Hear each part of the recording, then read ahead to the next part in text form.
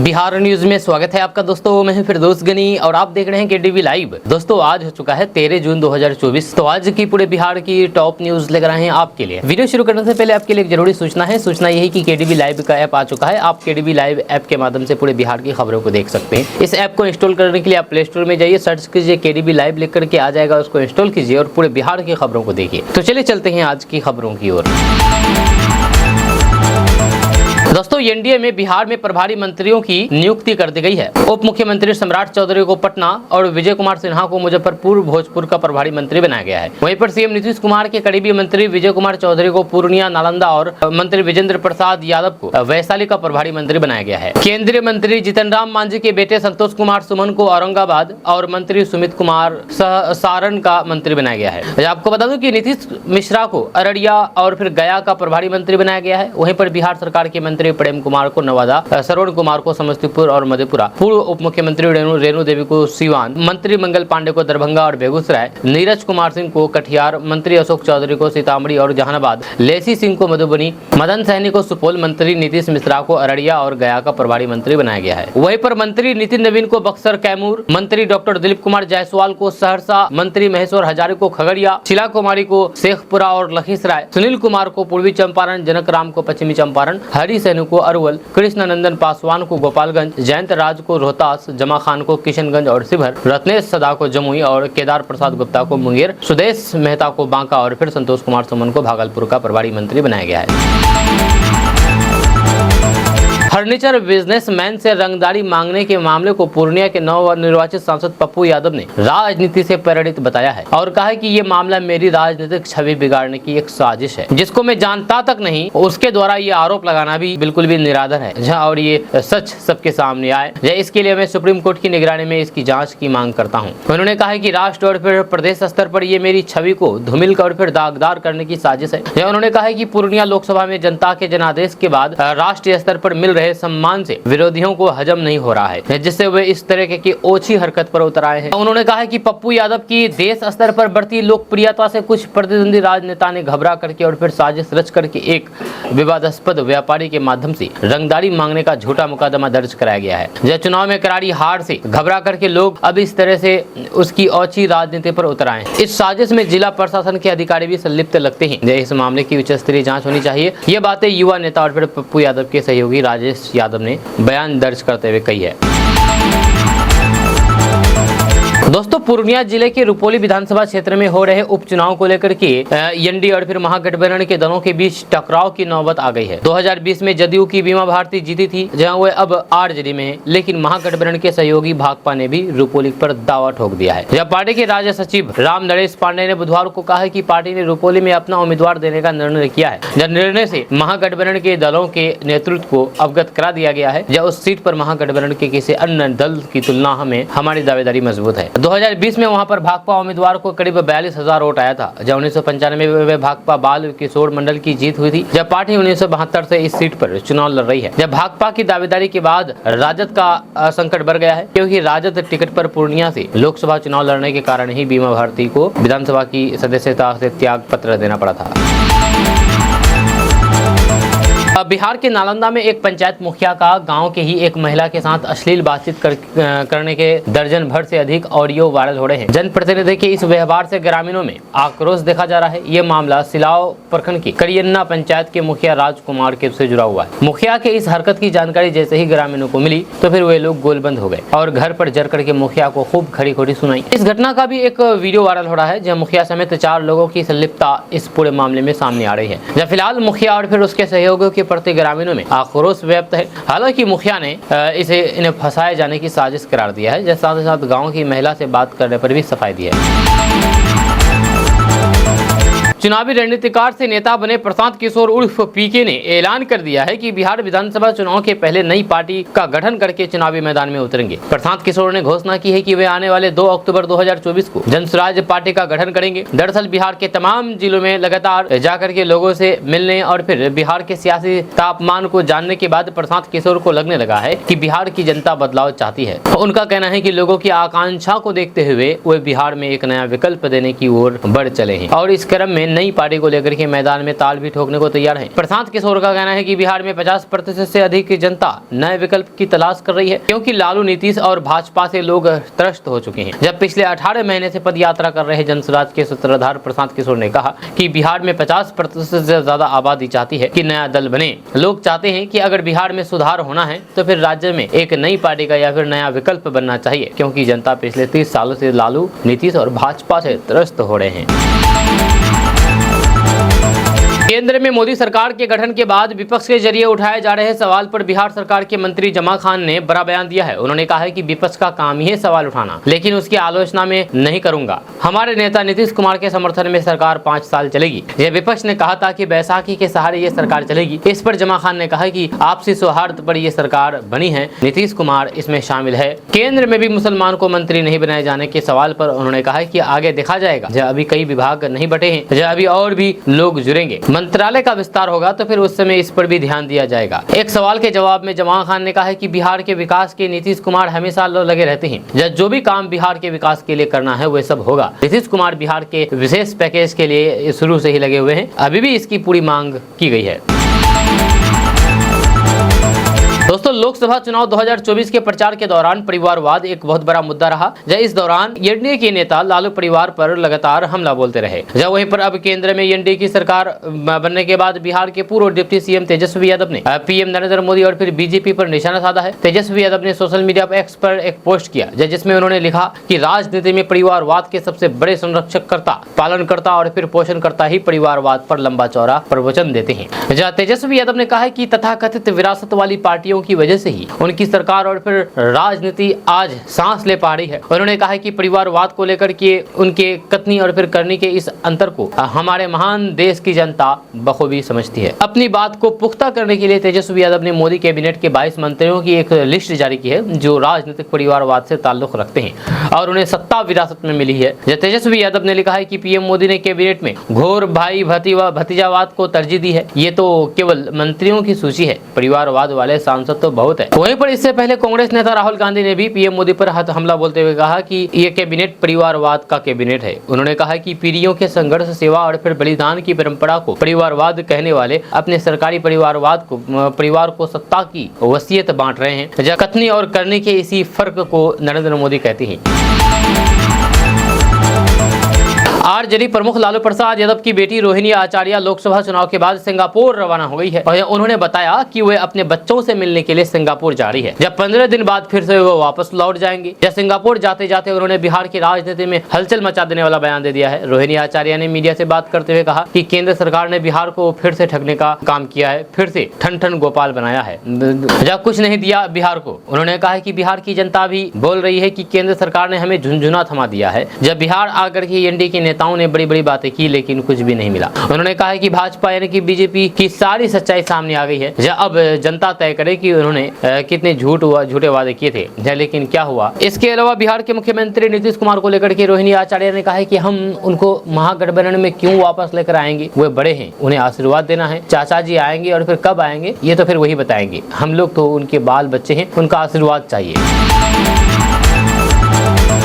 अब बिहार के सभी स्कूलों में शिक्षक, हेडमास्टर और बच्चे अब बंक नहीं मार पाएंगे। जब बिहार के अंदर अब टीचर से लेकर के बच्चों तक की मोबाइल ऐप के माध्यम से हाजिरी बनेगी, अटेंडेंस ली जाएगी। इस ऐप का नाम ई शिक्षा कोष मोबाइल ऐप रखा गया है, जहां शिक्षक और फिर हेडमास्टर आते और फिर जाते समय उपस्थिति दर्ज करेंगे। जहाँ सभी शिक्षक हेडमास्टर तत्काल इसे शुरू करेंगे। वहीं पर दूसरे चरण में बच्चों की रोजाना की उपस्थिति भी इस ऐप से प्राप्त की जाएगी। जहाँ बच्चों की उपस्थिति प्राप्त करने के लिए सभी सरकारी स्कूलों की में टैबलेट, कंप्यूटर उपलब्ध कराया जाएगा। इस संबंध में विभाग के अपर मुख्य सचिव डॉक्टर एस सिद्धार्थ की ओर से मंगलवार को सभी जिला शिक्षा पदाधिकारियों को निर्देश जारी कर दिया गया है। इसके पहले शिक्षा विभाग द्वारा प्रतिदिन वीडियो कॉन्फ्रेंसिंग से शिक्षकों एवं छात्र छात्राओं की उपस्थिति लंबे आंकड़े किए जा रहे थे। इस व्यवस्था को बंद करते हुए शिक्षकों एवं छात्र छात्राओं की उपस्थिति ई शिक्षा कोष मोबाइल ऐप के माध्यम से लेने का फैसला किया गया है। इस नई व्यवस्था के तहत पहले चरण में तत्काल सभी प्रधानाध्यापक और फिर शिक्षक मोबाइल ऐप के माध्यम से प्रतिदिन उपस्थिति दर्ज करेंगे। दोस्तों, केंद्र की मोदी सरकार में शामिल मंत्रियों के बीच विभागों के बंटवारे को लेकर की जारी सियासत के बीच राष्ट्रीय लोक मोर्चा यानी कि RLM प्रमुख उपेंद्र कुशवाहा ने तीखी प्रतिक्रिया दी है। उन्होंने सोशल मीडिया प्लेटफॉर्म X पर एक पोस्ट शेयर करते हुए लिखा कि केंद्रीय कैबिनेट में शामिल बिहार के मंत्रियों के बीच विभागों के वितरण को लेकर की मीडिया में अनावश्यक बहस चली जा रही है। जहाँ आदमी को हमेशा सकारात्मक सोचना चाहिए, किसी भी क्षेत्र में प्रगति की ये प्रथम शर्त है। इसके साथ ही उन्होंने लिखा है कि मेरी समझ से सभी मंत्रालय महत्वपूर्ण है, बस काम करने की ढूंढ, इच्छा शक्ति और फिर मजबूत और पक्का इरादा के साथ कुछ कर गुजरने की दृष्टि होनी चाहिए। आखिर क्या चाहिए बिहार को? अच्छी शिक्षा और अच्छा स्वास्थ्य के अलावा किसानों के घर खुशहाली और नौजवानों के हाथों को काम ही, यही ना? जरा सोचिए, किसानों को उनकी फसल का लाभकारी मूल्य और फिर नौजवानों को रोजगार उपलब्ध कराने वाला महत्वपूर्ण विभाग किसके पास है? दोस्तों, भारतीय सेना में अग्निवीरों की भर्ती के लिए उत्तर प्रदेश से लेकर के बिहार तक में भर्ती रैलियां शुरू होने वाली है। इसकी शुरुआत 24 जून से अयोध्या की डोगरा रेजिमेंटल सेंटर से होगी। यहाँ ये भर्ती रैली 2 जुलाई तक चलेगी, जबकि बिहार के गया में भर्ती रैली 25 जून से शुरू होगी और ये 5 जुलाई तक चलेगी। अग्निवीर भर्ती रैली में शामिल होने वाले अभ्यर्थी फिजिकल और फिर मेडिकल टेस्ट में शामिल होंगे। फिजिकल टेस्ट पास करने वाले अभ्यर्थियों के दस्तावेज जमा कराए जाएंगे। इसके बाद आगे की प्रक्रिया पूरी कर ली जाएगी। जहाँ गया में होने वाली भर्ती में बिहार के 11 जिलों के करीब 4,500 से अधिक अभ्यर्थी शामिल होंगे। यह भीषण गर्मी और फिर लू को देखते हुए भर्ती रैली में शामिल होने वाले युवाओं को कुछ विशेष सावधानियां बरतनी चाहिए, ताकि बीमार पड़ने से सेना में भर्ती होने का सपना ना बिखर जाए। हालांकि सेना की ओर से हीट वेव और फिर गर्मी को ध्यान में रखते हुए पंडाल बनाया जाएगा। साथ ही साथ ORS पैकेट और फिर ठंडे पानी की भी व्यवस्था होगी। इसके बावजूद भी कुछ सावधानियां बरतनी जरूरी है। जब भीषण गर्मी और फिर लू के बीच अग्निवीर बनने के लिए दौड़ लगाने वाले उम्मीदवारों को पीने के पानी की बोतल, ORS का पैकेट और फिर नींबू, सत्तू, ग्लूकोज आदि साथ लेकर के जाएं। यह कहने का मतलब यह है कि डिहाइड्रेशन से बचने का इंतजाम करना जरूरी है। सेना की ओर से जारी भर्ती नोटिफिकेशन में कहा गया है कि कैंडिडेट्स को जूता मोजा पहन करके आना चाहिए। दोस्तों, उत्तर बिहार में अगले 2 दिनों तक हॉट डे मध्यम हीट वेव की स्थिति बनी रहेगी। दिन का तापमान 38 से 42 डिग्री सेल्सियस के आसपास पहुंच जाने का अनुमान है। मानसून की सक्रिय होने की संभावना के कारण 15 से 16 को हल्की सी माध्यम से बारिश हो सकती है, यानी कि 15 या 16 जून से। डॉक्टर राजेंद्र प्रसाद केंद्रीय कृषि विश्वविद्यालय पूसा के मौसम विभाग ने मंगलवार को जारी मौसम पूर्वानुमान में ये बात कही है। अगले 16 जून तक के लिए जारी मौसम पूर्वानुमान में कहा गया है कि उत्तर बिहार में अगले 2-3 दिनों तक आसमान साफ एवं मौसम के शुष्क रहने की अनुमान है। इस दौरान हॉट डे या फिर मध्यम हीट वेव की स्थिति बनी रह सकती है। जब मानसून के सक्रिय होने की संभावना के कारण 15-16 जून को उत्तर बिहार के जिलों में अनेक स्थानों पर हल्की से मध्यम वर्षा हो सकती है। मौसम विभाग ने कहा है कि इस दौरान दिन का तापमान 38 से 42 डिग्री सेल्सियस के आसपास रह सकता है, जबकि न्यूनतम तापमान 25 से 27 डिग्री सेल्सियस रहने की संभावना है। खाद्य प्रसंस्करण उद्योग मंत्रालय का पदभार संभालने के बाद एलजेपी रामविलास के अध्यक्ष चिराग पासवान एक्शन मोड में नजर आ रहे हैं। खास करके बिहार को ध्यान में रखकर के चिराग पासवान आने वाले दिनों में कई बड़े निर्णय ले सकते हैं। जब पार्टी के सांसदों की माने तो केला, आम, लीची, मक्का, मखाना और फिर आलू उद्योग से जुड़े हुए लोगों को इससे बहुत बड़ा फायदा मिलने जा रहा है। सांसदों की माने तो आने वाले दिनों में बिहार में कई फूड प्रोसेसिंग यूनिट लगाने का रोड मैप भी तैयार किया जा रहा है। चिराग पासवान भी बोल चुके हैं कि इस मंत्रालय में बहुत सारी संभावना है और आने वाले दिनों में बिहार में फैक्ट्रियों का जाल बिछा दूंगा। चिराग पासवान कहते हैं कि आने वाले दिनों में फूड प्रोसेसिंग की भूमिका अहम होने वाली है। मैं अधिकारियों के साथ बैठक करके रोड मैप तैयार कर रहा हूं, खास करके मेगा फूड पार्क को cold chain, FD and prevention capacities backward and FWD leakage और बाकी कई सारी फैक्ट्रियां लगाने की भी बात कही गई है। आपको बता दें कि मोदी मंत्रिमंडल में बिहार के 8 सांसदों को मंत्री बनाया गया है, जिसमें से 3 मंत्रालय ऐसे हैं जो कि सीधे तौर पर खेती किसानों से जुड़े हुए हैं। खास करके खाद्य प्रसंस्करण, पशुपालन, मत्स्य, डेयरी और फिर सूक्ष्म और फिर छोटे उद्योग का क्षेत्र महत्वपूर्ण है। आंध्र प्रदेश में टीडीपी प्रमुख चंद्रबाबू नायडू ने आज चौथी बार सीएम पद की शपथ ली है। कल शपथ ली थी, जब उनके साथ जनसेवा पार्टी के प्रमुख पवन कल्याण ने डिप्टी सीएम पद की शपथ ली। इस कार्यक्रम में सीएम नीतीश कुमार का नहीं आना कई सवाल खड़े कर रहे हैं। जब बिहार में मुख्य विपक्षी पार्टी आरजेडी ने सवाल उठाते हुए कहा कि नीतीश कुमार नाराज चल रहे हैं और फिर एनडीए में फूट पड़ चुकी है। वहीं इस पर पलटवार करते हुए जेडीयू ने कहा है कि नहीं आने के कई कारण हो सकते हैं, इसका गलत मतलब नहीं निकाला जाना चाहिए। आपको बता दूं कि नीतीश कुमार मार्च 2024 में बिहार में इंडिया गठबंधन का साथ छोड़कर के एनडीए में शामिल हो गए थे। जहां हालांकि चुनाव से पहले नीतीश कुमार का ये कदम उनके साथियों के लिए हैरान कर देने वाला था। इससे पहले उन्होंने ही इंडिया गठबंधन की नींव रखी थी।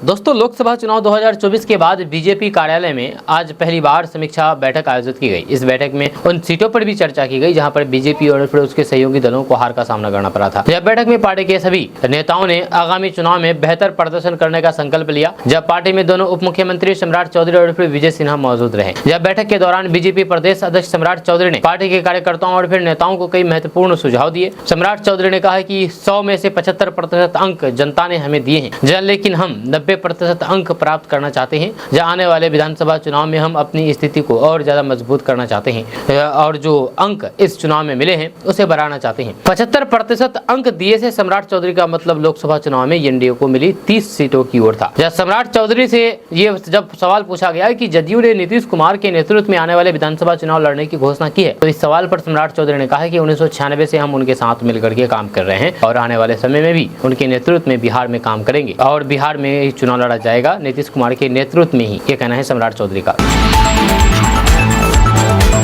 ये बिहार है, यहाँ पर ऐसा ही होता है। जहाँ आपको बता दें कि एक खबर सामने आई जिसको सुनकर के आप भी हैरान रह जाएंगे। दरअसल बात यह है कि सरकार के लाख प्रयास और फिर दावे किए जाने के बाद भी बिहार के स्वास्थ्य विभाग का हाल खस्ता है। लगातार सामने आ रही बिहार के स्वास्थ्य विभाग की लापरवाही के बाद भी विभाग के अधिकारी और फिर डॉक्टर सुधरने का नाम नहीं ले रहे हैं। जहाँ ऐसा ही एक हैरान कर देने वाला मामला बिहार के मुजफ्फरपुर से सामने आया है। बिहार के मुजफ्फरपुर में स्वास्थ्य विभाग का अजीबोगरीब कारनामा सामने आया, जहाँ पर सड़क दुर्घटना में घायल मरीज के टूटे पैर में प्लास्टर करके प्लेट लगाने की जगह कार्टून बांध दिया गया। इस पूरे मामले की जानकारी मिलने के बाद एसकेएमसीएच की अधीक्षक डॉक्टर विभा ने कहा कि पीड़ित व्यक्ति का बेहतर इलाज किया जाएगा और इसके लिए डॉक्टर को निर्देश दिया गया है। साथ ही साथ उन्होंने ये भी कहा कि प्लेट की जगह पैर में कार्टून को बांधने के संबंध में डॉक्टर और पैरामेडिकल स्टाफ से पूछताछ की जाएगी। ये पूरा मामला उत्तर बिहार से जुड़ा हुआ है। जो उत्तर बिहार के सबसे बड़े अस्पताल मुजफ्फरपुर के एसकेएमसीएच अस्पताल का है, जहाँ पर बीते दिनों बाइक एक्सीडेंट में बुरी तरीके से घायल हुए जिले के मीनापुर के बड़ाडंगा मंझोलिया के नीतीश को भर्ती कराया गया था और उसके बाएं पैर की हड्डी फ्रैक्चर थी। लेकिन इस मरीज के पैर में प्लेट लगा करके प्लास्टर करने के बजाय डॉक्टर ने टूटे पैर में कार्टून बांध करके बैंडेज कर दिया। जब मामले की जानकारी के बाद से हरकत में आए मेडिकल कॉलेज के प्रशासन ने कहा कि मरीजों के साथ इस तरह के व्यवहार को बर्दाश्त नहीं किया जाएगा। वहीं पर इस घटना की चर्चा चारों तरफ हो रही है।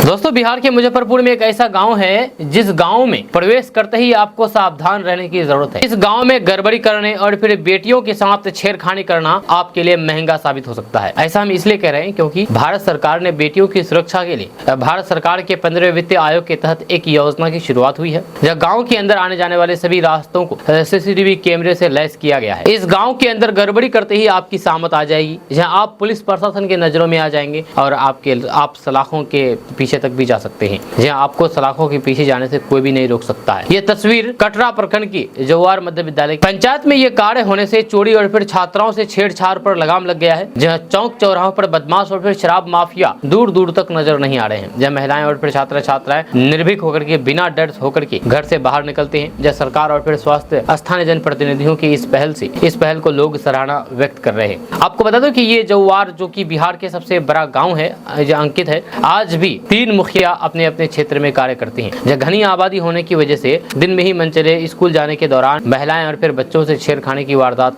को अंजाम देते हैं। जहाँ लोक लाज की वजह से बेटियां और फिर महिलाएं अपना मुंह नहीं खोलती थी। इस दौरान भारत सरकार के द्वारा योजना की शुरुआत हुई। उसके बाद इसको लेकर के यहाँ पर सीसीटीवी कैमरे लगाए गए, जिसके बाद गाँव के अंदर भी सीसीटीवी कैमरे लगाए जा रहे हैं, जिसकी मौन मॉनिटरिंग खुद पंचायत भवन में बैठ करके करते हैं। यह संदेह होते ही संदिग्ध व्यक्ति की जानकारी पुलिस को दी जाती है। देख रहा है विनोद, ये आपने तो डायलॉग सुना होगा। ये पंचायत वेब सीरीज का डायलॉग है। आपको बता दें कि बिहार के सिवान में नेशनलिस्ट यूनियन ऑफ जर्नलिस्ट यानी कि NUJ के द्वारा देख रहे हो विनोद सोशल मीडिया पर चर्चित मीम्स के किरदार को निभाने वाले अशोक पाठक को अंग वस्त्र और फिर मोमेंटो देकर के सम्मानित किया और अशोक पाठक उर्फ विनोद के योगदान और फिर उपलब्धियों को सराहा। आपको बता दें कि वेब सीरीज पंचायत में विनोद के किरदार को निभाने वाले अभिनेता मंगलवार को सिवान पहुंचे और पत्रकार से मिलकर के अपने जीवन जीवन और चुनौतियों पर काफी रोचक चर्चा किया। इस मौके पर उन्होंने अपने व्यक्तिगत और फिर पेशेवर जीवन से जुड़े हुए कई महत्वपूर्ण बातें पत्रकारों से शेयर की है। अशोक पाठक उर्फ विनोद ने कहा कि एक छोटे शहर से निकलकर के मनोरंजन की दुनिया में पहचान बनाना आसान नहीं था। इसके लिए उन्हें कई मुश्किलों का सामना करना पड़ा, लेकिन उनकी मेहनत और फिर लगन ने उन्हें इस मुकाम तक पहुंचा दिया। वेब सीरीज पंचायत में विनोद के किरदार को निभाने वाले अभिनेता अशोक पाठक ने कहा है कि पंचायत वेब सीरीज में विनोद का किरदार दर्शकों द्वारा बहुत पसंद किया गया है और इस भूमिका ने उन्हें बड़ी पहचान दिलाई है। उनके इस सफर की कहानियां अन्य लोगों के द्वारा प्रेरणा का स्रोत बन सकती है, यह विशेष करके उन लोगों के लिए जो मनोरंजन के क्षेत्र में अपना भविष्य बनाना चाहते हैं। भीषण गर्मी की मार झेल रहे पटना सहित बिहार के अन्य जिलों में लोगों का जीना मुहाल हो गया है। गर्मी के कारण लोगों को हो रही परेशानी को देखते हुए पटना जिलाधिकारी ने यानी कि पटना के डीएम ने बड़ा आदेश जारी कर दिया है। जब पटना के सभी कोचिंग संस्थानों को 15 जून तक बंद रखने का आदेश दिया गया है। आपको बता दें कि पटना जिले में पड़ रही हीट वेव को देखते हुए जिला प्रशासन ने यह फैसला किया है। इसके पहले गर्मी के कारण सभी स्कूलों को बंद रखने का आदेश जारी हुआ था। अब उसी क्रम में कोचिंग संस्थानों को बंद करने का आदेश दिया गया है। इसके तहत हर प्रकार के कोचिंग संस्थान 15 जून तक बंद रखेंगे। जिलाधिकारी शीर्षत कपिल अशोक की ओर से ये आदेश जारी किया गया है। जब बिहार में बुधवार को अधिकतम तापमान 42 डिग्री सेल्सियस तक पहुंच गया, जब पिछले कुछ दिनों से लगातार यही स्थिति बनी हुई है। साथ ही साथ अगले 3 से 4 दिनों तक मौसम का यही हाल रहने का अनुमान है। तीसरी बार प्रधानमंत्री बने नरेंद्र मोदी ने अपने मंत्रिमंडल में 21 मंत्रियों को शामिल किया है। भाजपा सहित एनडीए के घटक दलों के सांसदों को अलग अलग मंत्री पद दिया गया है। हालांकि मंत्रियों में कई ऐसे मंत्री हैं जिन पर गंभीर आपराधिक मामले दर्ज है। यहाँ तक ऐसे सांसदों को भी मंत्री बनाया गया है जिन पर लोगों की जान लेने की कोशिश का मामला भी दर्ज है। एसोसिएशन ऑफ डेमोक्रेटिक रिफॉर्म्स यानी कि एडीआर ने प्रधानमंत्री नरेंद्र मोदी के नेतृत्व वाले तीसरे मंत्रिमंडल के मंत्रियों का आपराधिक इतिहास खंगाला है। यह रिपोर्ट्स के अनुसार 28 मंत्री आपराधिक मामलों में फंसे हैं। इनमें 19 मंत्रियों पर लोगों की जान लेने के प्रयास से लेकर के महिलाओं के खिलाफ अपराध और नफरत फैलाने वाले भाषण जैसे गंभीर आरोप हैं। चुनाव लड़ने के दौरान सांसदों ने जो हल्फनामा जारी किया था उसके अनुसार ही ये पता चला है कि किन पर कौन से आपराधिक मामले दर्ज हैं। मोदी मंत्रिमंडल में सबसे गंभीर आरोपों का सामना करने वाले में बंदरगाह, जहाजरानी और जलमार्ग राज्य मंत्री शांतनु ठाकुर और शिक्षा और फिर उत्तर पूर्वी क्षेत्र के विकास राज्य मंत्री सुशांत मजुमदार शामिल है। दोनों ने भारतीय दंड संहिता की धारा 307 के तहत लोगों की जान लेने के प्रयास से संबंधित मामलों की घोषणा की है। लोगों की जान लेने की कोशिश के मामले वाले इन 2 मंत्रियों के अलावा गृह राज्य मंत्री बंदी संजय कुमार ठाकुर मजुमदार, पेट्रोलियम और फिर प्राकृतिक गैस और फिर पर्यटन राज्य मंत्री सुरेश गोपी और जनजातीय मामलों के मंत्री जुएल ओराम भी ऐसे मंत्री हैं जिन पर अपराध से संबंधित मामले लंबित है। इन मंत्रियों के खिलाफ महिलाओं से अपराध के मामले भी दर्ज किया गया है।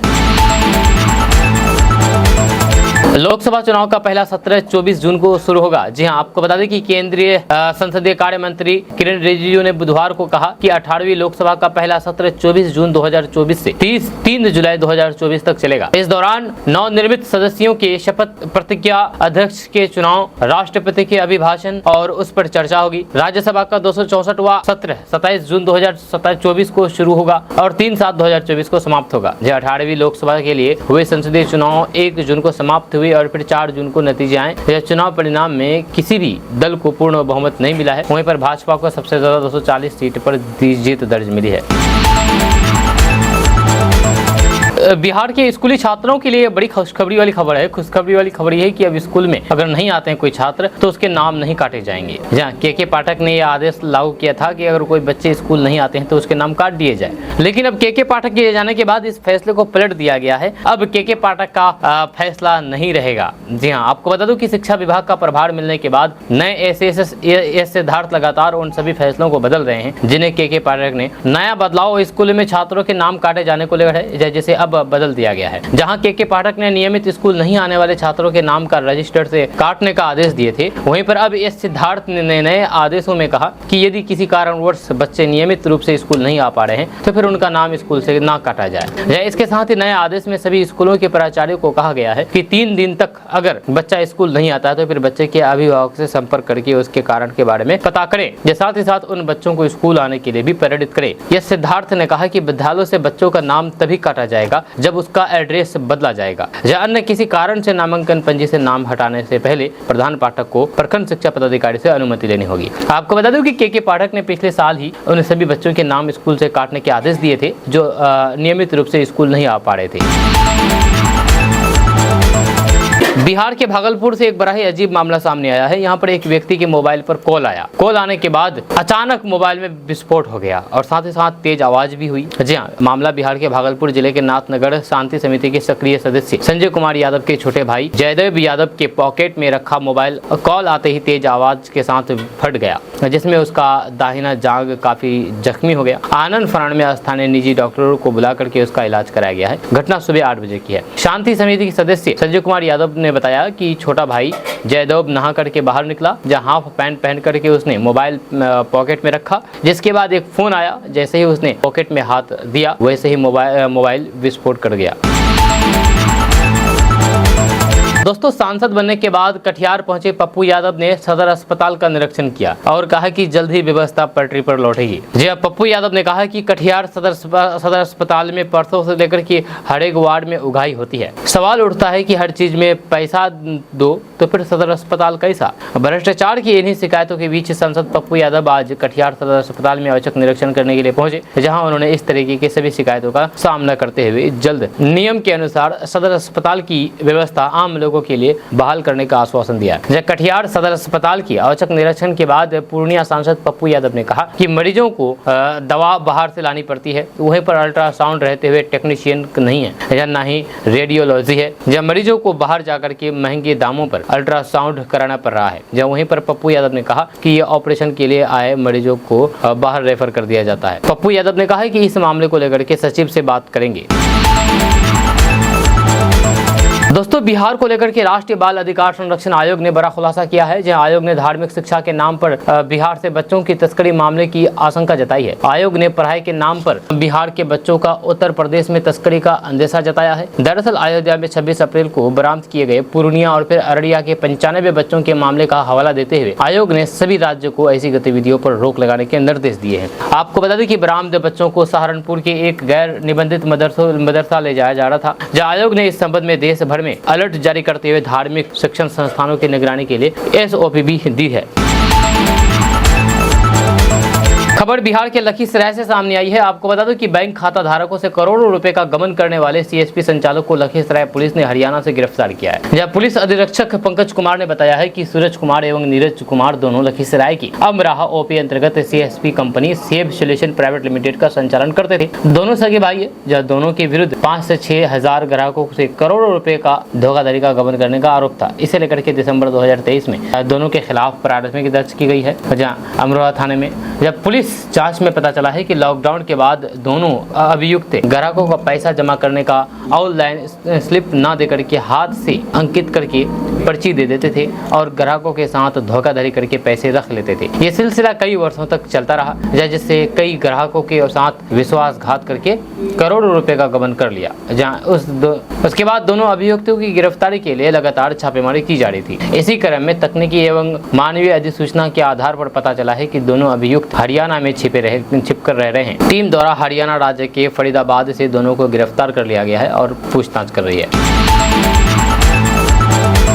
दोस्तों, बिहार में अब लोग जमीन रजिस्ट्री के लिए चालान घर बैठे जमा कर सकेंगे, साथ ही साथ टोकन भी घर से ही ले सकेंगे। इस प्रक्रिया के लिए अब रजिस्टर कार्यालय का चक्कर लगाने की जरूरत नहीं पड़ेगी। आपको बता दूं कि इससे जुड़ी हुई तमाम प्रक्रिया ऑनलाइन होने के साथ ही इतनी सरल हो जाएगी, आसान हो जाएगी कि कोई भी इसका लाभ खुद प्राप्त कर सकता है। जमीन रजिस्ट्री में आने वाली परेशानी को देखते हुए बिहार सरकार निबंधन पोर्टल में कई अहम बदलाव करने जा रही है। निबंधन विभाग द्वारा वेबसाइट में कई सुविधाएं लोगों को मुहैया कराने जा रही है। जब विभागीय स्तर पर अंतिम दौर का परीक्षण चल रहा है, लोगों की प्रतिक्रिया के आधार पर कुछ बदलाव भी किए जा रहे हैं। जब विभाग की तैयारी है कि अगले माह से ये सुविधा लोगों को मिलने लगे। जहाँ निबंधन विभाग की वेबसाइट में नए बदलाव होने और फिर इसकी क्षमता बढ़ाने से लोगों को निबंधन कार्य में कम समय लगेंगे। जहाँ अभी टोकन नंबर में 1 सप्ताह या फिर इससे अधिक समय लगता है, वेटिंग मिलती है। जब वेटिंग की फहरिस्त छोटी हो जाएगी इससे, साथ ही साथ जमीन से लेकर के अन्य किसी तरीके के निबंधन के लिए यानी कि रजिस्टर के लिए रजिस्टर से संबंधित वेबसाइट पर विवरण भरने पर लगने वाले शुल्क की जानकारी मिल जाएगी। अगर आप भी किसान हैं और पीएम किसान सम्मान निधि योजना का लाभ ले रहे हैं और 17वीं किस्त का इंतजार कर रहे हैं तो आपके लिए एक अपडेट आई है जो हम आपको भी बताने वाले हैं। आपको बता दें कि देश के किसानों को अब प्रधानमंत्री किसान सम्मान निधि योजना की 17वीं किस्त का इंतजार है, क्योंकि नई सरकार के गठन के बाद सबसे पहले प्रधानमंत्री मोदी ने किसान सम्मान निधि स्कीम की 17वीं किस्त जारी करने के फाइल पर हस्ताक्षर कर दिए हैं और 9 करोड़ लाभार्थी किसानों को 2000 रुपए की अगली किस्त रास्ता साफ हो जाएगी। पीएम मोदी ने अपने तीसरे कार्यकाल के पहले ही दिन किसान सम्मान निधि स्कीम की 17वीं किस्त की फाइल पर साइन कर दिया है। फाइल पर साइन करने के बाद प्रधानमंत्री मोदी ने एक्स पर ट्वीट करके कहा कि देश भर के किसान भाई बहनों का जीवन आसान बनाने के लिए हमारी सरकार प्रतिबद्ध है। इसके साथ ही उन्होंने लिखा है कि ये मेरे लिए सौभाग्य की बात है कि तीसरी बार लगातार देश के प्रधानमंत्री के रूप में कार्यभार संभालने के बाद से सबसे पहले मुझे किसानों के लिए काम करने का मौका मिला है। आज पीएम किसान सम्मान निधि योजना की 17वीं किस्त से जुड़ी हुई फाइल पर साइन कर दिया गया है। इसका लाभ देश के 9 करोड़ से अधिक अन्नदाताओं को मिलेगा। हम आने वाले समय में किसानों के कल्याण के लिए कृषि क्षेत्र के उत्थान के लिए लगातार काम करते रहेंगे। वहीं पर इस मामले में कृषि मंत्रालय ने अपने ट्वीट में ट्वीट करके जानकारी दी है कि प्रधानमंत्री नरेंद्र मोदी ने पीएम किसान सम्मान निधि योजना की 17वीं किस्त से जुड़ी हुई फाइल पर साइन कर दिया है। इसके बाद जल्द ही देश भर के करोड़ों किसानों के खाते में योजना के 2000 रुपए ट्रांसफर कर दिए जाएंगे। हालांकि सरकार ने योजना के जरिए किसानों के खाते में पैसे ट्रांसफर करने की डेट का खुलासा नहीं किया है। जब डेट के बारे में फैसला हो जाएगा तो फिर आपको केडीबी लाइव के माध्यम से बता दिया जाएगा। तब तक आप हमारे साथ बने रहें। दोस्तों, सरकार बनते ही राशन कार्ड धारकों के लिए सबसे बड़ी खुशखबरी वाली खबर सामने आई है। आपको बता दें कि अगर आपके पास भी राशन कार्ड है और फिर आप सरकार से मिलने वाले मुफ्त राशन योजना का लाभ उठा रहे हैं, यानी सस्ती दर पर राशन लेते हैं, तो फिर ये खबर आपके लिए है। जब मोदी सरकार ने अपने तीसरे कार्यकाल के दौरान राशन कार्ड धारकों को बड़ी राहत दी है। जब सरकार की तरफ से आधार और राशन कार्ड जोड़ने की आखिरी तारीख को एक बार फिर से बढ़ा दिया गया है। इस बार सरकार की तरफ से इसमें 3 महीने का एक्सटेंशन किया गया है। जब पहले आधार और राशन कार्ड से लिंक करने की अंतिम तारीख 30 जून थी, जिसे अब बढ़ा करके 30 सितंबर तक कर दिया गया। यह खाद्य एवं सार्वजनिक वितरण विभाग की तरफ से इसको लेकर के नोटिफिकेशन जारी कर दिया गया है। आपको बता दें कि जब से सरकार की तरफ से one nation one ration card का ऐलान किया गया है, तब से राशन कार्ड को आधार से लिंक कराना अनिवार्य कर दिया गया है। जब सरकार को खबर मिली है कि लोग एक से ज्यादा राशन कार्ड रख करके अलग अलग जगह से इस पर मुफ्त राशन का फायदा ले रहे हैं। ऐसे में इस पर रोक लगाने के मकसद से राशन कार्ड को आधार कार्ड से लिंक कराने पर जोर दिया जा रहा है। इसके अलावा कई मृत लोगों के राशन कार्ड पर भी राशन का फायदा लिया जा रहा है। सब चीजों पर रोक लगाने के लिए सरकार ने इसे आधार से लिंक कराना जरूरी कर दिया गया है।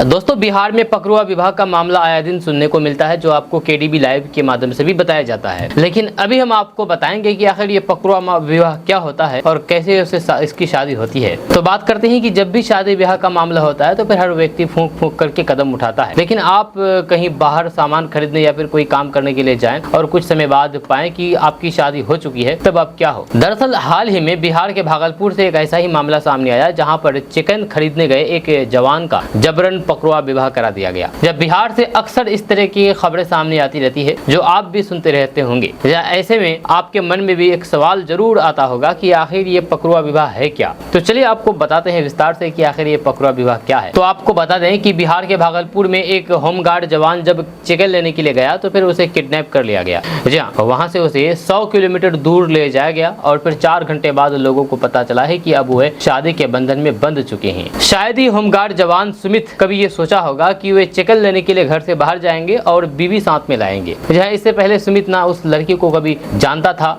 न ही उसके घर वालों को। दरअसल सुमित पकरुआ विवाह की चपेट में आ गया। सुमित पकरुआ विवाह का शिकार हो गया, जो कि बिहार के लोगों के लिए बड़ी बात भी है और छोटी भी। अब आप ये सोच रहे होंगे कि आखिर ये पकरुआ विवाह होता क्या है। तो आपको बता दूं कि बिहार के लड़कों में अक्सर पकरुआ विवाह का डर बना रहता है। ज्यादातर सरकारी नौकरी वाले लड़के को ये डर सताता है। पकरुआ विवाह में लड़के की मर्जी पूछी नहीं जाती है। लड़का सरकारी नौकरी कर रहा है या फिर उसे नौकरी मिली है, इसकी भनक लगने के बाद उसके पास कुछ अनजान लोग आते हैं और उसे जबरन अपने साथ लेकर के चले जाते हैं। इस दौरान यदि लड़का विरोध करने की कोशिश करता है तो उसे डराया जाता है, धमकाया जाता है, मारपीट भी किया जाता है। उसके बाद उसकी शादी ऐसी लड़की से करा दी जाती है जिसको ना कभी उसने देखा है और ना ही कभी उसे जानता है। शादी के कुछ दिन बीत जाने के बाद लड़के को उसके घर जाने दिया जाता है और फिर वहां पहुंच करके वह अपने परिवार को शादी की बात बताता है। इस तरीके की शादी को पकरुआ विवाह कहा जाता है। रिपोर्ट्स की माने तो साल 1970 और 80 के दशक में बिहार में इस तरह की शादी बड़ी संख्या में कराई जाती थी। वहीं पर बिहार के कुछ ऐसे जिले थे जहां पर